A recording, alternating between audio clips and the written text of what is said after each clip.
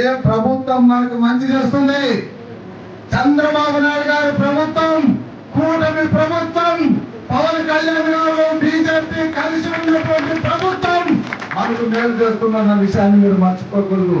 కూటమి ఉన్నాడు చూడండి. బటన్ పెట్టారు కాదు, మనసున్న మహారాజు వేసే డబ్బు